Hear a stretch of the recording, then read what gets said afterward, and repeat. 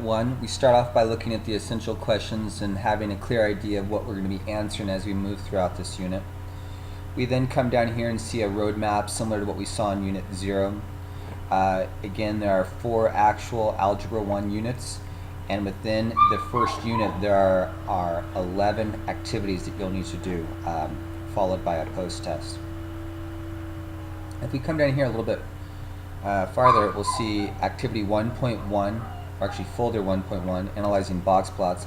And inside this folder you'll see your calculator file, vocabulary that you'll use, the objectives of the lesson, and a little bit about this lesson.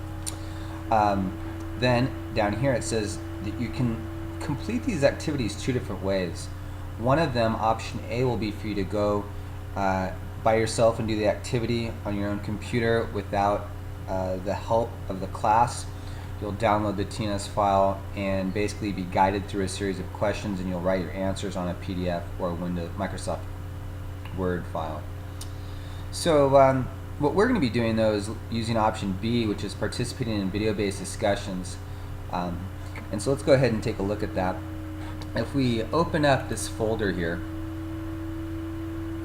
we'll see one of the attached files is the TNS, the calculator file. So I'm going to open that up. And here it is. I'm going to double click it and it will activate my TI Inspire software. On the page 1.1 of this software, it gives the title, explains we're going to be looking at 28 data points of different heights of individuals, and then we're going to go on to 1.2 here to do the actual work. So we see a box plot up top, used to be called a box and whisker plot, and then we actually see the 28 different data points of the different heights in inches. So the discussion question 1 asks us the exact same question that the assignment would look like for those who are doing it by themselves. After we move to page 1.2, it says in the top work area, I mean in this area here, we're going to move our cursor over the box plot from left to right and identify the 5 numbers displayed. These 5 numbers are called the 5-number summary. So let's go ahead and figure that out. So when we take our cursor up here and drag it, we see the first number, the second number, the third number, fourth number, and then the 5th number right here. And so we're going to write these numbers in our answer.